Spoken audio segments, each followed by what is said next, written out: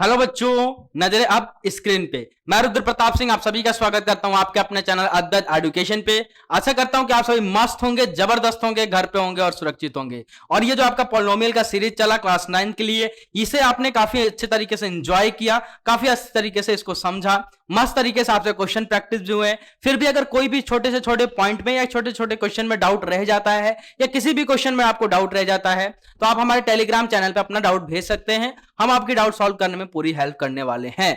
तो इस लेक्चर में लेक्चर नंबर 14 में अपन देखने वाले हैं। और ये लेक्चर देख लो, पहले ही बता रहा हूं, ये लेक्चर जो है वो उसी को बेनिफिट होने वाला है, उसी को इसका बेनिफिट मिलेगा जिसने सारे लेक्चर को कवर अप कर लिया है, सब सारे लेक्चर को बाइंड अप अपने माइंड में कर लिया, अपने नोट्स क्रिएट कर लिए हैं। अब इससे होगा क्या, जो सारा लेक्चर उन्होंने पढ़ लिया है उनसे इससे एक शॉर्ट नोट उनको मिल जाएगा कि कौन कौन सी चीजें आपके इंपॉर्टेंट है और कौन कौन सी चीजें अपन ने पढ़ी है, एक बार में रिकैप हो जाएगा। तो इस शॉर्ट नोट से वो एक बार रिवाइज करते रहेंगे तो उनको डेली प्रैक्टिस में रहेंगी चीजें।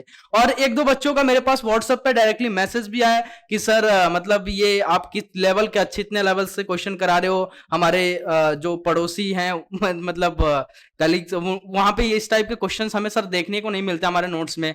तो बेटा क्वेश्चन तो मेरे पास भी इजी इजी हैं, लेकिन उस टाइप के क्वेश्चंस अगर करा दूंगा तो भर लोगे अपना रॉप कॉपी, लेकिन बोर्ड में जाके पहन के आ जाओगे टोपी, है ना। तो अपन टोपी पहनाने वाला काम नहीं करते, जो भी काम करते हैं ईमानदारी से करते हैं, ऑनेस्ट से करते हैं, ठीक है। तो आइए अग्रसर होता है लेक्चर नंबर 14 की तरफ। और इसमें अपन क्या देखने वाले हैं, एक क्विक रिवीजन टाइप में एक क्विक समरी देखने वाले हैं कि अभी तक अपन ने पॉलिनोमियल में क्या पढ़ा और क्या क्या अपने को इंपॉर्टेंट है, कौन कौन सी चीजें किस कंसेप्ट कहां पे लग रहा है। अगर इस लेक्चर में मेरे से ये कोई बच्चा एक्सपेक्ट ना करे कि हर चीज को मैं प्रूफ दूं, क्योंकि हर एक लेक्चर जो मैंने आपको 13 लेक्चर आपको कराया है उसमें अभी तक प्रूफ देते आया हूं। जो भी पॉइंट मैंने आपको पढ़ाया है वहां पे उसका प्रूफ आपको दिया गया है। इस लेक्चर में हमेशा अभी भी बोल रहा हूं कि ये लेक्चर किसको बेनिफिट होने वाला है, जो बच्चा सारे लेक्चर मेरा कवर अप करके और यहां पे आया है लेक्चर नंबर 14 पे, उसको बहुत बेनिफिट होने वाला है, क्योंकि यहां से आपको रिकैप मिल जाने वाली है। एक होता है ना, एक ये सोचो ना कि एक आपको मोटी बुक दे दी जाए और मोटी बुक को आपको क्या करना होता है, एक शॉर्ट नोट्स तैयार करना होता है। बिकॉज आप पेपर के एक दिन पहले उस पूरी मोटी बुक को पढ़ के नहीं जाते हो, उस शॉर्ट नोट्स को तैयार करके जाते हो, शॉर्ट नोट्स को रिवाइज करके जाते हो, तो वो यहां से उनको शॉर्ट नोट्स मिलने वाला है। तो पहले बोल रहा हूं कि जो बच्चा डायरेक्टली इससे फॉलो कर रहा है ना करे, पहले 13 लेक्चर को कवर अप करके आए, क्वेश्चन प्रैक्टिस के साथ साथ आपके कंसेप्ट डेवलप करे, अपना प्रूफ देखे कि कौन सी चीजें अगर ये है रही है तो इसके प्रैक्टिकल लाइफ में क्या यूजेज है, सर इसको प्रैक्टिकल लाइफ में कैसे विजुलाइज करें। तो हर एक चीज मैंने आपको अपने 13 लेक्चर में पॉलिनोमियल को काफी डिटेल कोर्स में आपको पढ़ाया है।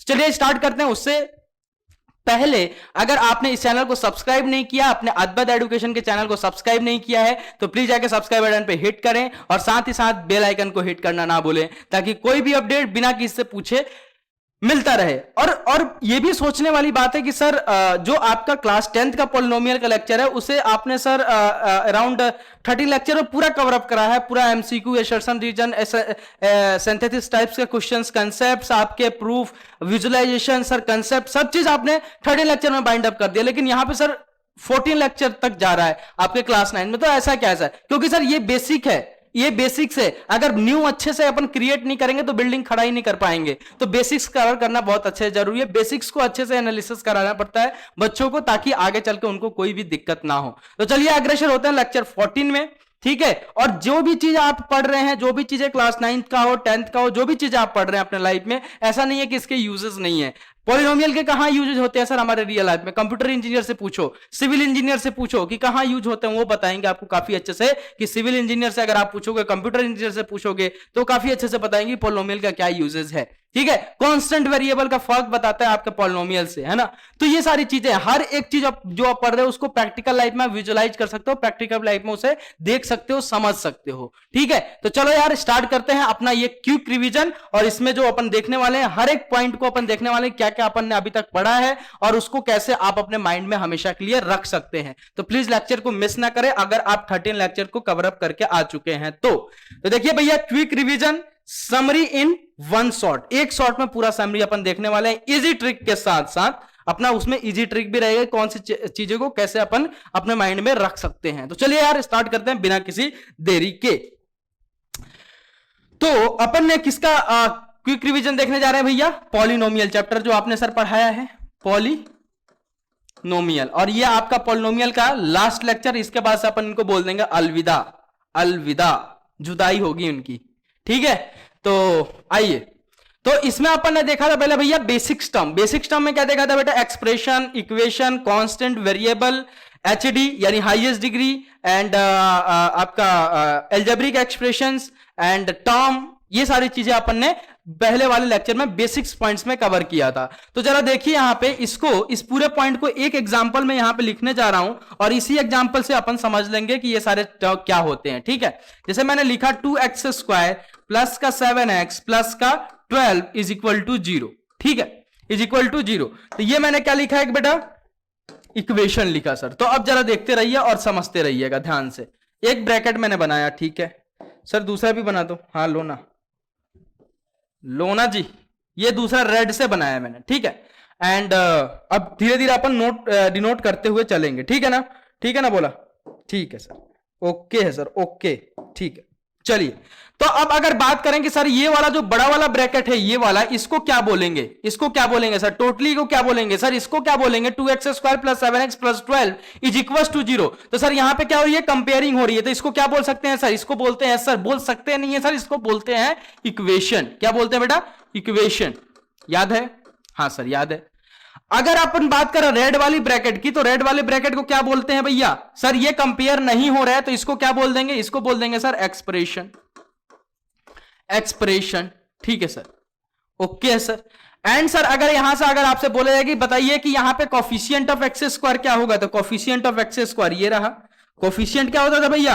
जो कोफिशिएंट क्या होता है? कांस्टेंट प्लस फिशिएंट, यानी जो भी कांस्टेंट नंबर जिस वेरिएबल के जस्ट बिफोर में मल्टीप्लिकेशन में, वो कांस्टेंट नंबर उस वेरिएबल का क्या है बेटा? कोफिशिएंट है।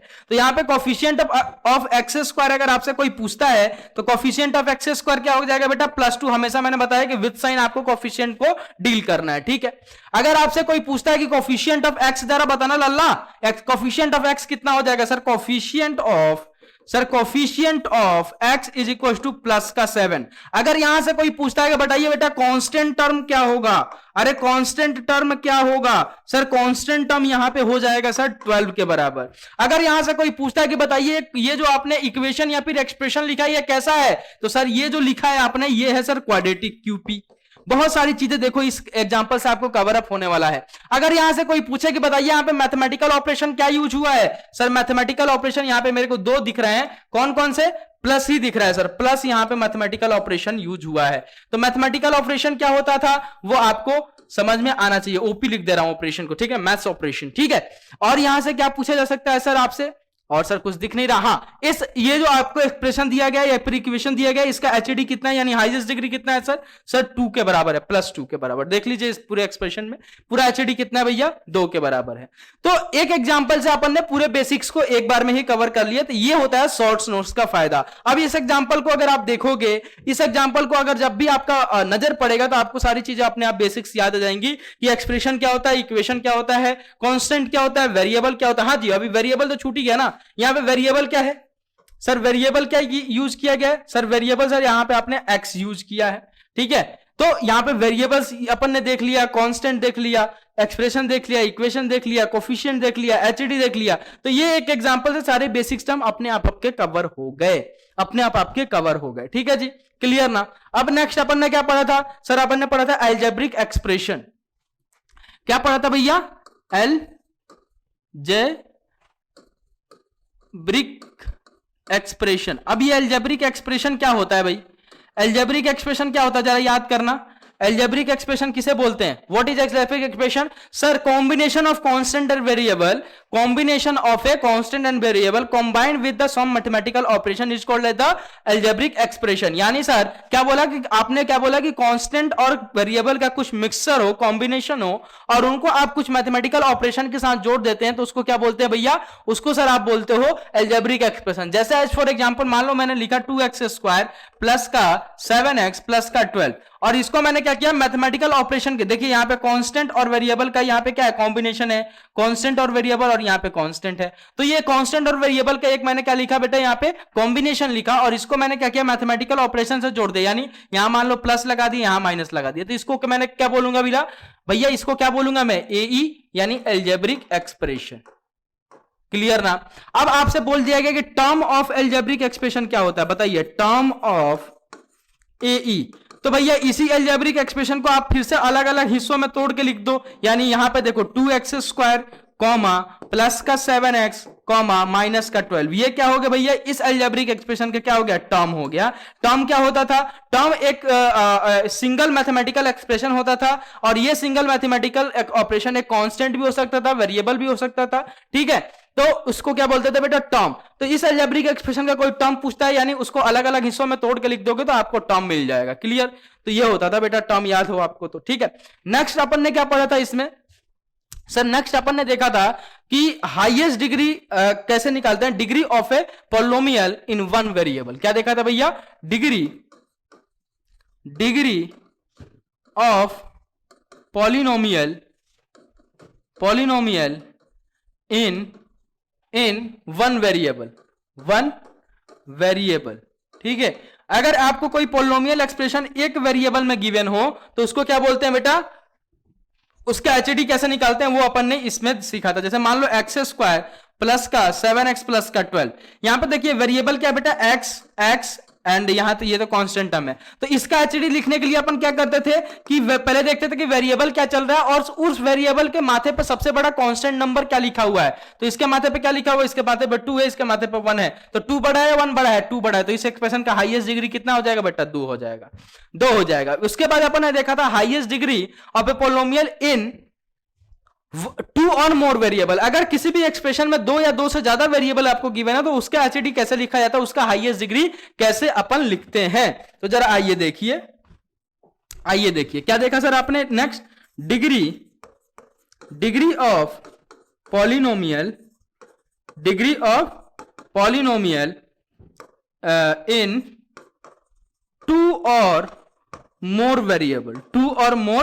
वेरिएबल। अगर एक या एक से ज्यादा वेरिएबल हो तो उस टाइप के पॉलिनोमियल एक्सप्रेशन में एचडी कैसे फाइंड आउट करा जाए, यानी हाईएस्ट डिग्री कैसे लिखा जाए। जैसे मान लो आपको पॉलिनोमियल एक्सप्रेशन गिवन है x² इंटू वाई माइनस का x³ y² plus 7x into Y, है ना। तो इसका अगर आप इसमें देखा जाए तो ये पॉलिनोमियल एक्सप्रेशन किसमें भैया, ये पॉलिनोमियल एक्सप्रेशन है x एंड y में। अब इसका अगर कोई आपसे एचडी पूछता है हाईएस्ट डिग्री, तो आप कैसे निकालोगे, देखो इसके x है, यहां पे y है, यहां पे x है, यहां पे y है, यहां पे भी x है, यहां पे भी y है, ठीक है सर। अब देखिए x का पावर में कितना है भैया, सेपरेटली लिखो, x की पावर पहले वाला टर्म देखो, टर्म वाइज टर्म एचडी देखो, और देन आप देख लो कि सबसे बड़ा जिसका होगा वही उसका एचडी हो जाएगा। तो इसके पास x की पावर में 2 है और y की पावर में 1 है, तो 2 + 1 3। फिर इसके पास गए तो x की पावर में 3 है और y की पावर में 2 है, तो कितना हो गया 5। नेक्स्ट वाले के पास में गए तो 1 है और 1 है, उस x पे भी 1 है और y पे भी 1 है, तो ये आ गया 2। तो 2 बड़ा है, 3 बड़ा है या 5 बड़ा है, बताइए तो सर 5 बड़ा है, जाहिर सी बात है, तो इसका एचडी कितना हो जाएगा बेटा 5। यानी अगर कोई भी 2 या 2 से ज्यादा वेरिएबल हो तो आपको सेपरेटली टर्म को तोड़ना है और टर्म वाइज आपको एचडी देख के, और जो सबसे बड़ा जिसका उस एक्सप्रेशन में जिस टर्म का सबसे बड़ा एचडी होगा वही उसका क्या हो जाएगा, पूरे एक्सप्रेशन का क्या हो जाएगा बेटा, एचडी हो जाएगा, ठीक है। तो यहां तक अपन ने पूरा बेसिक्स को कवर किया, कितने टाइम्स में देख लो, 10 मिनट में, है ना। तो ये सारी चीजें बेनिफिट होती हैं शॉर्ट्स नोट्स के आपके, ठीक है। अब बात आ गई थी सर पॉलिनोमियल पे। अब क्या बात आ गई थी सर, अब आपने चर्चा किया था पॉलिनोमियल पे, ठीक है, कि पॉलिनोमियल क्या होता था। तो पॉलिनोमियल क्या होता था भैया कि एक ऐसा एक्सप्रेशन जिसमें एक ऐसा अलजेब्रिक एक्सप्रेशन जिसमें वेरिएबल हो और उस वेरिएबल का पावर कैसा हो बेटा, नॉन नेगेटिव इंटीजर्स हो, ठीक है। एक ऐसा एक्सप्रेशन जिसमें क्या गिवन हो भैया, जिसमें क्या प्रेजेंट हो, एक ऐसा अलजेब्रिक एक्सप्रेशन जिसमें क्या हो, वेरिएबल्स हो, ठीक है, वेरिएबल्स हो या फिर वेरिएबल हो, एक भी वेरिएबल हो या एक से ज्यादा भी वेरिएबल हो, कोई दिक्कत नहीं है। और उस वेरिएबल के जो पावर हो, उस वेरिएबल का जो पावर हो वो क्या हो भैया, नॉन नेगेटिव इंटीजर्स हो, ठीक है। क्या होता था, अब पॉलिनोमियल के कंडीशंस क्या होते थे, अगर कोई भी एक्सप्रेशन अलजेब्रिक एक्सप्रेशन अगर पॉलिनोमियल है तो उसके लिए क्या कंडीशन अपन ने देखा था कि पहली बात तो सर वो एक्सप्रेशन होना चाहिए, क्या होना चाहिए सर, वो एक्सप्रेशन होना चाहिए, इक्वेशन नहीं होना चाहिए। दूसरी बात सर कि पावर ऑफ वेरिएबल या फिर degree of variable, power of जो भी वेरिएबल चल रहा है, ठीक है, उसके पावर में जो the power of variable is non negative integers होना चाहिए, नॉन नेगेटिव इंटीजर्स, ठीक है, नॉन नेगेटिव इंटीजर्स होने चाहिए, ठीक है। क्लियर ना। एंड तीसरा पॉइंट आपका आता है कौन सा तीसरा क्या बोलता है कि कोफिशिएंट, जो कोफिशिएंट हो, coefficient and constant term, coefficient and constant term जो आपके होना चाहिए एक्सप्रेशन में, कांस्टेंट टर्म ऑफ एक्सप्रेशन कैसे होना चाहिए भैया, रियल नंबर। क्या होना चाहिए भैया, रियल नंबर होने चाहिए। देन अगर ये तीनों कंडीशन कोई भी एक्सप्रेशन अगर सेटिस्फाई करता है तो उसको क्या बोलेंगे, पॉलिनोमियल एक्सप्रेशन। उसको क्या बोलेंगे लल्ला, पॉलिनोमियल एक्सप्रेशन। अब आपको पता हो कि एक्सप्रेशन क्या होता है, ठीक है, आपको पता है कि नॉन नेगेटिव इंटीजर्स क्या होते हैं, ठीक है, आपको पता है कि रियल नंबर के क्या होता है। अगर आपने लेक्चर फॉलो किया हो तो आपको तो ये एक झटके में पता चल जाएगा कि रियल नंबर क्या होता है, नॉन नेगेटिव इंटीजर्स क्या होते हैं, एंड देन आपका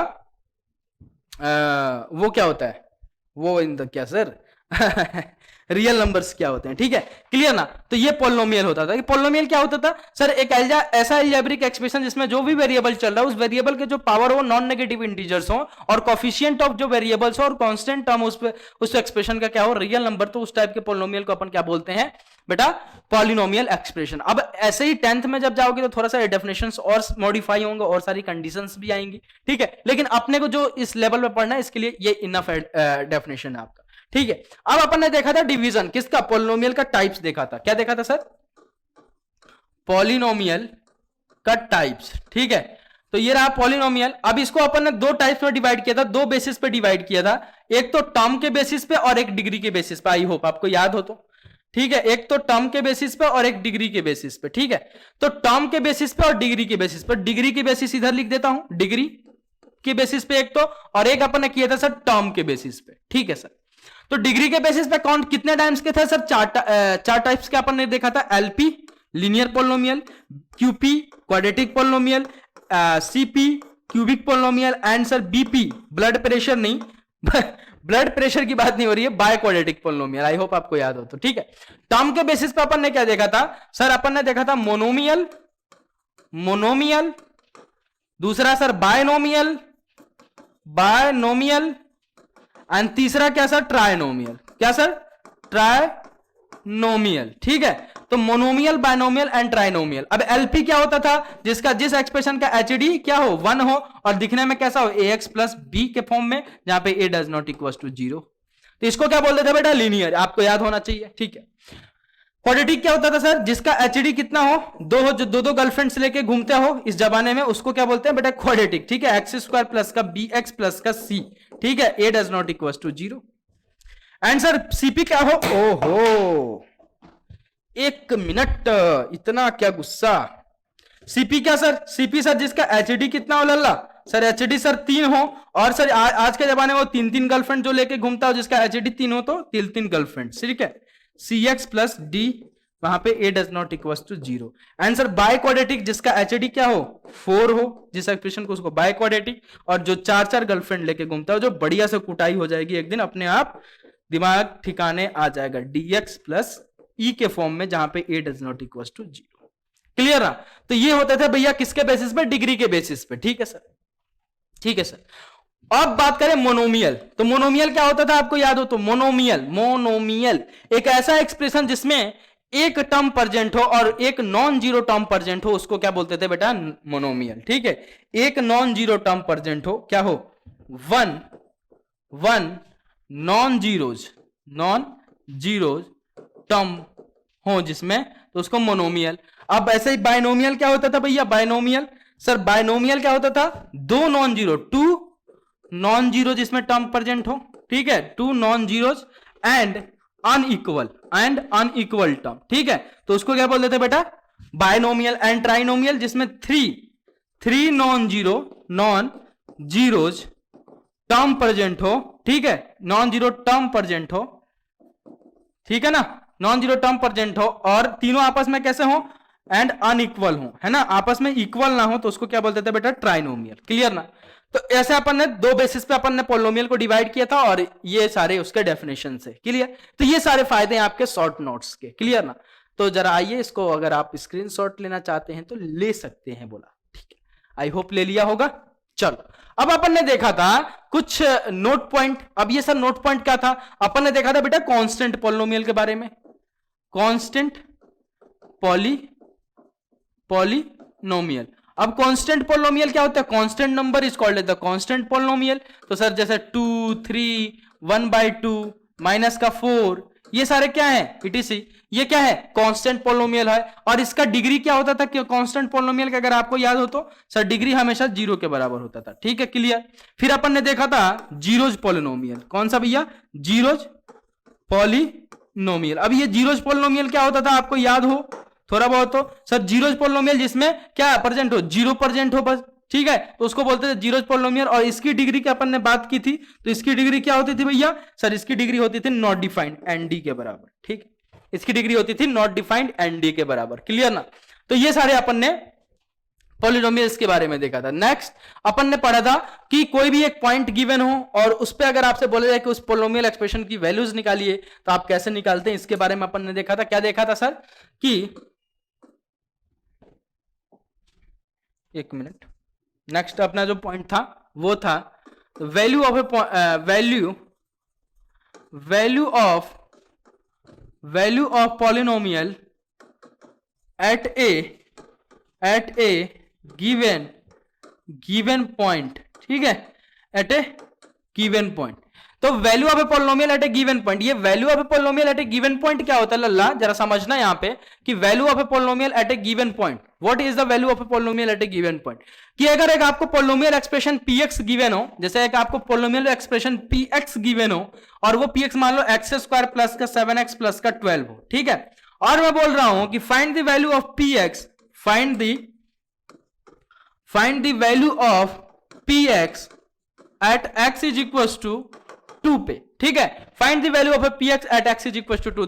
जब समझना यहाँ पे वैल्यू ऑफ ये क्या होता था कि एक आपको पोलिनोमियल एक्सप्रेशन गिवन हो, पोलिनोमियल एक्सप्रेशन एलपी हो, क्यूपी हो, सीपी हो, बीपी हो, क्या फर्क पड़ता है? कोई फर्क नहीं पड़ता इस पे। ठीक है, और आपको एक रियल नंबर गिवन कर दिया जाए और बोला जाए कि इस रियल नंबर पे वो px की वैल्यू निकालिए, तो आपको क्या करना है? बस x की जगह जो आपको रियल नंबर दिया गया जिसपे वैल्यूज पूछती है वो पुट कीजिए, आपको वैल्यू मिल जाएगी। यानी p ऑफ 2 आप निकाल लीजिए। तो x² प्लस, तो x² की जगह क्या आ जाएगा? 2 का स्क्वायर प्लस का 7 इंटू का 2 प्लस का 12 के बराबर। ठीक है, तो यहां से p ऑफ 2 क्या आ जाएगा लल्ला? सर 4 प्लस का 14 प्लस का 12, तो कितना आ गया p ऑफ 2? p ऑफ 2 यहां से आ गया आपका 16 है ना, और 26 26 4 30 के बराबर।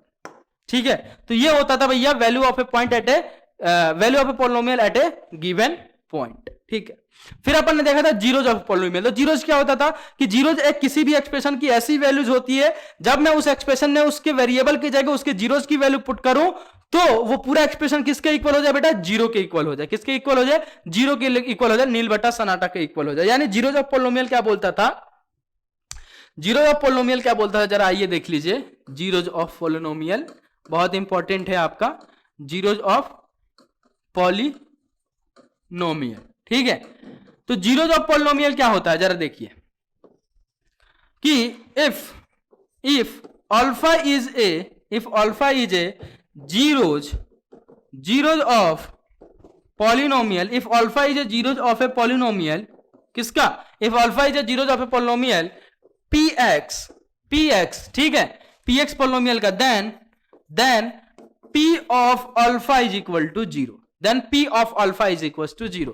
यानी यहां पे क्या समझ में आता है आपको कि अगर आप बोल रहे हो कि अगर आप किसी भी px पॉलिनोमियल का अल्फा क्या है बेटा? जीरोज है, तो जब मैं x की जगह 0 पुट करूंगा तो उस एक्सप्रेशन की वैल्यू किसके बराबर हो जाएगी? नील बट्टा सन्नाटा 0 के बराबर। क्लियर? तो इसको बोलते हैं जीरोज ऑफ ए पॉलिनोमियल। जैसे एज फॉर एग्जांपल, और ये जीरोज जो है ये भी यहां पे एक नोट पॉइंट करके लिख लीजिए कि जीरोज ऑलवेज डिपेंड्स ऑन, किस पे डिपेंड करता है भैया? Zeros always depends on HD of expression या फिर इक्वेशन, जो भी आप लिखना चाहें। इक्वेशन गिवन है तो एक्सप्रेशन गिवन तो एक्सप्रेशन। ठीक है, तो जीरोज हमेशा किस पे डिपेंड करता है बेटा? एचडी पे। जो भी जिस एक्सप्रेशन का जितना एचडी उसके उतने ही जीरोज। अब जीरोज दो प्रकार के होते हैं, एक तो होता है बेटा रियल जीरोज, ठीक है, रियल जीरोज, एंड दूसरा होता है आपका इमेजिनरी जीरोज। ठीक है, इमेजिनरी जीरोज।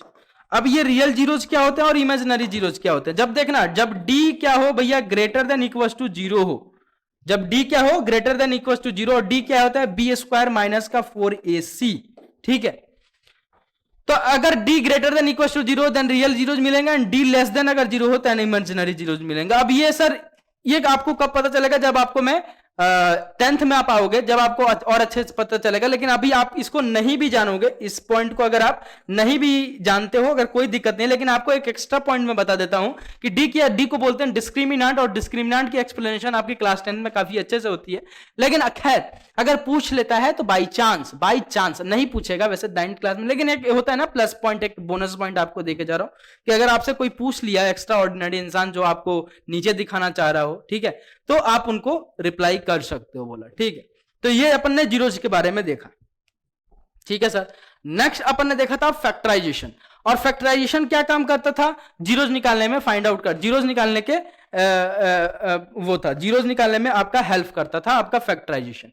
अब ये फैक्टराइजेशन मतलब क्या होता था भैया? फैक्टर निकाला, यानी किसी भी पोलिनोमियल एक्सप्रेशन को अलग अलग हिस्सों में तोड़ना। उससे पहले अपन ने दो थ्योरम पढ़ा था, कौन कौन से? एक तो रिमाइंडर थ्योरम एंड देन आपको फैक्टर थ्योरम। अब ये रिमाइंडर थ्योरम क्या होता है, जरा आइए इसको भी रिवाइज कर लीजिए अपने नोट्स में। रिमाइंडर थ्योरम, ठीक है।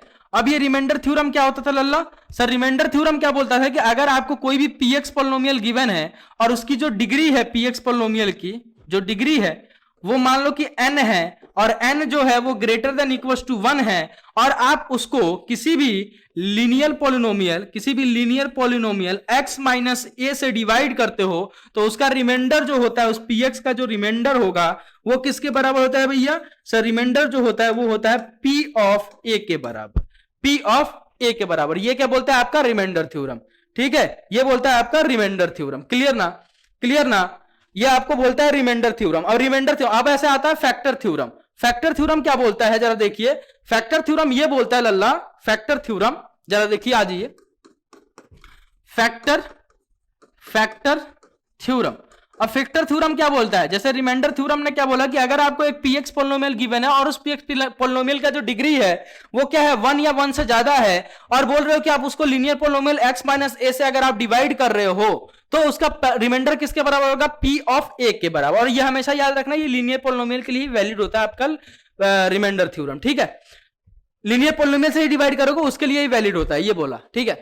तो अब फैक्टर थ्योरम क्या बोल रहा है कि अगर आपको एक px पोलिनोमियल गिवन है और उसका जो px पोलिनोमियल का जो डिग्री है लल्ला, जो डिग्री है वो n है, और n वहां पे क्या है बेटा? ग्रेटर देन इक्वल टू 0 है, और आप बोल रहे हो कि फैक्टर जो है उस इस px पोलिनोमियल का x माइनस a है, तो कब होगा? जब मैं p ऑफ a निकालूं तो वो किसके बराबर हो जाए बेटा? 0 के बराबर हो जाए।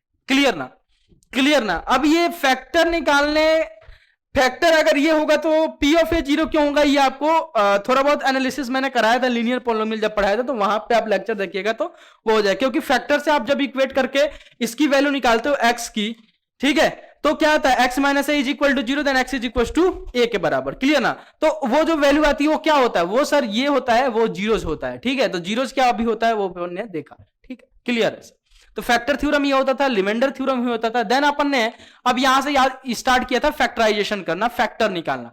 तो यहां पे हमने आपको बताया था कि फैक्टर क्या होता है। फैक्टर क्या होता था सर कि किसी भी एक आपको एक पोलिनोमियल एक्सप्रेशन गिवन है और उसका आप मैं बोल रहा हूं कि फैक्टर निकालिए, यानी उसको अलग अलग हिस्सों में बांटिए।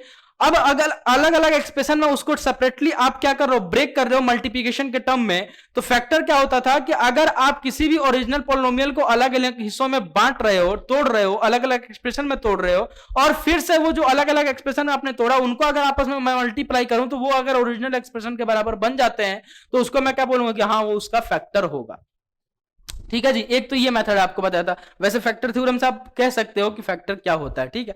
तो और अच्छे से एक्सप्लेनेशन किया एकदम प्रूफ के साथ। आप लेक्चर फॉलो करेंगे तो आपको पता चलेगा, लेकिन ये तो शॉर्ट नोट्स है तो अपन शॉर्ट नोट्स में देख रहे हैं। अब अपन ने देखा था फैक्टराइजेशन, और फैक्टराइजेशन का मेथड देखा था। तो मेथड कौन कौन से हो रहे थे? पहला अपन ने मेथड देखा factorisation taking out the common factor, ठीक है, कि किसी भी एक्सप्रेशन से आप कॉमन फैक्टर निकाल कर कैसे फैक्टराइज करते हो उसके बारे में देखा। देन अपन ने देखा फैक्टराइजेशन बाय ग्रुपिंग, ठीक है, अगर कोई भी कुछ टर्म आपको ग्रुपिंग में दिया हो और वो मैथमेटिकल ऑपरेशन के साथ एडअप हो रहे हो तो उनको कैसे कॉमन लेना है, ठीक है, उसको कैसे फैक्टराइज करना है। देन अपन ने देखा सर आपका कौन सा फैक्टराइजेशन, किसका फैक्टराइजेशन ऑफ ए ट्राइनोमियल, ठीक है, कि कोई क्वाड्रेटिक ट्राइनोमियल, कि कोई भी क्वाड्रेटिक ट्राइनोमियल उसका फैक्टराइजेशन कैसे करते हैं।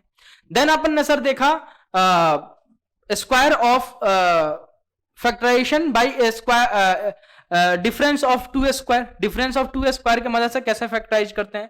देन अपन ने देखा है स्क्वायर ऑफ बाइनोमियल, देन अपन ने देखा sir cube of binomial, then अपन ने देखा सर फैक्टराइजेशन सम और डिफरेंस ऑफ क्यूब, देन अपन ने देखा sir factorization of X cube plus Y cube plus Z cube minus का 3xy इंटू जेड। तो आइए स्टार्ट करते हैं। पहला अपन ने सर देखा, कौन सा देखा सर आपने, सर पहला अपन ने देखा कौन सा फैक्टराइजेशन,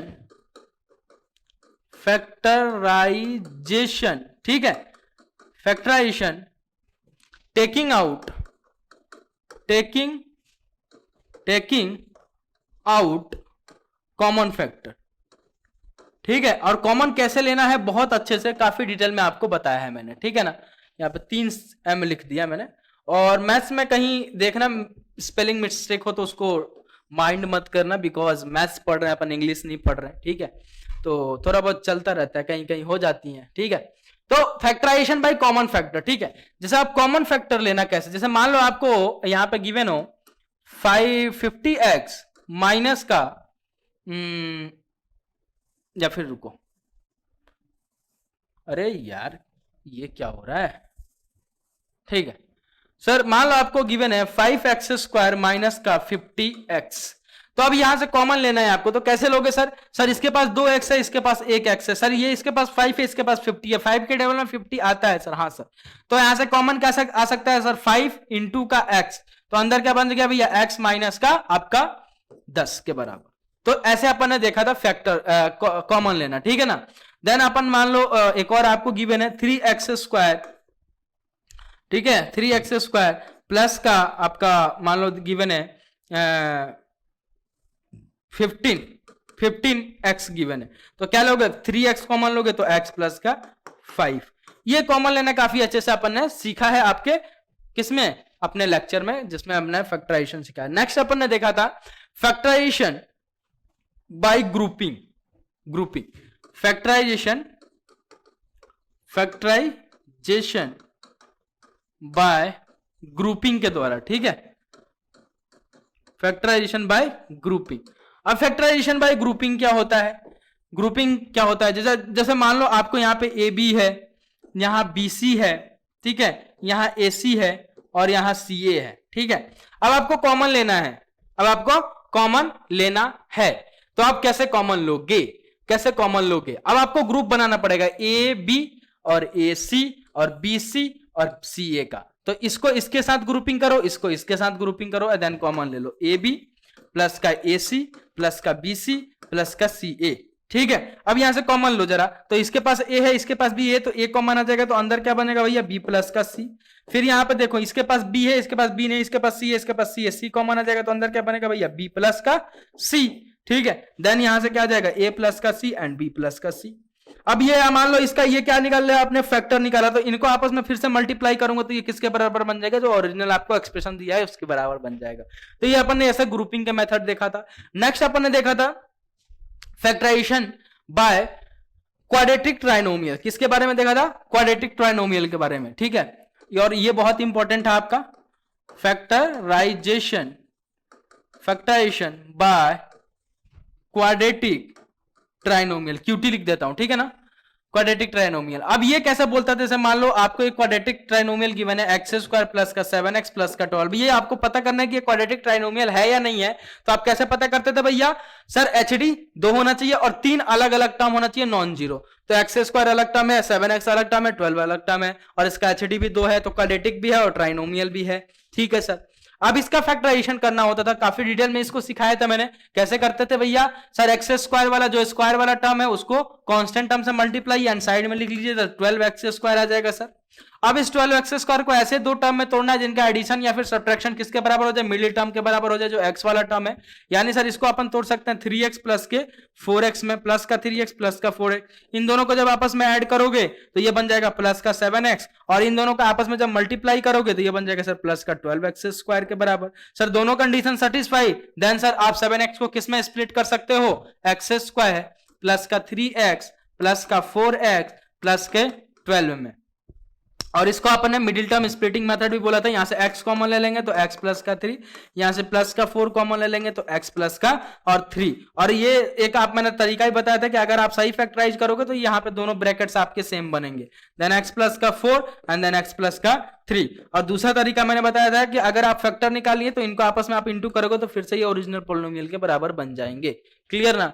और तीसरा मेथड बताया था कि बस सही किया है या नहीं किया है, तो यहां से इसको इक्वेट कीजिए 0 के, यहां से इक्वेट कीजिए 0 के, इसका x की वैल्यू निकाल लीजिए दोनों से, और दोनों पे ये 0 के इक्वल हो जाएगा, तो ये बोल देंगे कि हाँ ये इसका फैक्टर है, यानी आपने फैक्टराइजेशन सही किया।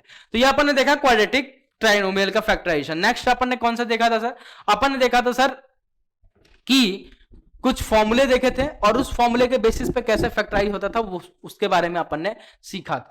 तो कौन कौन से होते थे भैया फॉर्मूले, तो फॉर्मूला था सर आपका कौन कौन सा, पहला था कुछ सिंपल फॉर्मूला ही था, कुछ ज्यादा बड़ा तो था नहीं। फॉर्मूला कौन कौन से थे सर, फॉर्मूला था a प्लस बी का द होल स्क्वायर, क्या होता था, और a प्लस बी यहाँ पे x प्लस वाई में कन्वर्ट हो जाता था, बिकॉज x एंड y में वेरिएबल चल रहे हैं, तो x प्लस वाई का whole square x square plus का y square plus 2 into x into y, then x minus y का द होल स्क्वायर, ये क्या होता है भैया x स्क्वायर प्लस का y स्क्वायर माइनस का 2x इंटू वाई के बराबर।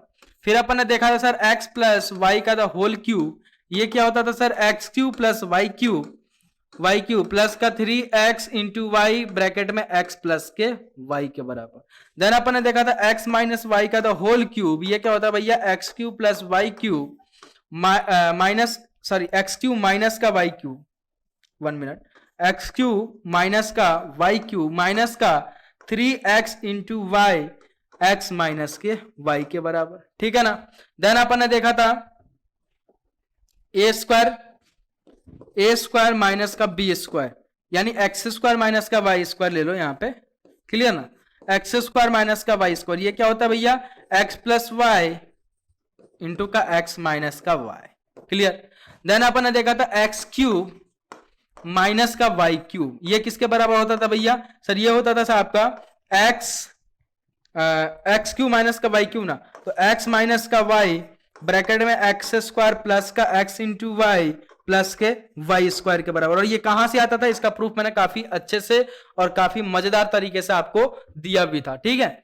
एंड एक्स क्यूब प्लस का वाई क्यूब, ये किसके बराबर होता था भैया एक्स प्लस का वाई एक्स स्क्वायर माइनस का एक्स इंटू वाई प्लस का y स्क्वायर के बराबर, क्लियर। देन अपन ने देखा था sir x plus Y plus z का द होल स्क्वायर, ये होता था सर x स्क्वायर प्लस का y स्क्वायर प्लस का z स्क्वायर प्लस का 2 times of x into y plus 2 times of y into z plus 2 times of z into x के बराबर, clear.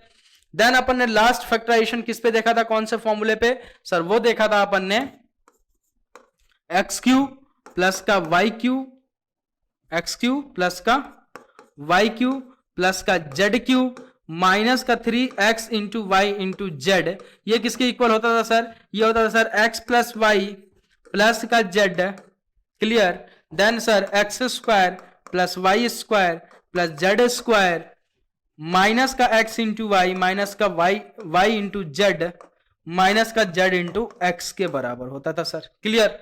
Next अपन ने कौन सा देखा था, और सर यहाँ पे एक और देखा था कि अगर x plus Y plus z की वैल्यू अगर 0 के बराबर हो जाती है तो सर तो क्या होता था सर कि x cube plus Y cube plus Z cube की वैल्यू किसके बराबर होती थी 3x into Y into Z के बराबर, क्लियर। इसके बराबर हो जाती है। और कहां से आती थी, ये बहुत अच्छे से मैंने प्रूफ आपको दिया था। तो ये सारे फॉर्मूले के बेसिस पे अपन कैसे फैक्टराइज करते थे कि अगर आपको क्वेश्चन इस फॉर्म में है तो आपको इस फॉर्म में कन्वर्ट करना है, इस फॉर्म में था तो इस फॉर्म में कन्वर्ट कर देना था। अगर वैसे सारे के वैसे ही था कि अगर क्वेश्चन इस फॉर्म में है तो उस फॉर्म में, उस फॉर्म में तो इस फॉर्म में, इस फॉर्म में तो उस फॉर्म में, उस फॉर्म में तो इस फॉर्म में, इस फॉर्म में तो उस फॉर्म में, उस फॉर्म में तो इस फॉर्म में, देन सेट, है ना। तो ये सारे फॉर्मूले के बेसिस पे अपन ने काफी सारे फैक्टराइजेशन और काफी सारे क्वेश्चंस प्रैक्टिस आपको किया है। 48 नंबर्स ऑफ क्वेश्चन तो मैंने एमसीक्यू में आपको करवाया है, देन बहुत सारे क्वेश्चंस प्रैक्टिस आपने किया है। तो प्लीज इसे नोट डाउन कर लीजिए, आपका ये बहुत इंपॉर्टेंट आपका शॉर्ट्स नोट्स है। और बच्चे का मैसेज आया था कि सर इतना हार्ड लेवल का क्वेश्चन आप कहां से कराते हो, कैसे कराते हो, क्यों करवाते हो सर?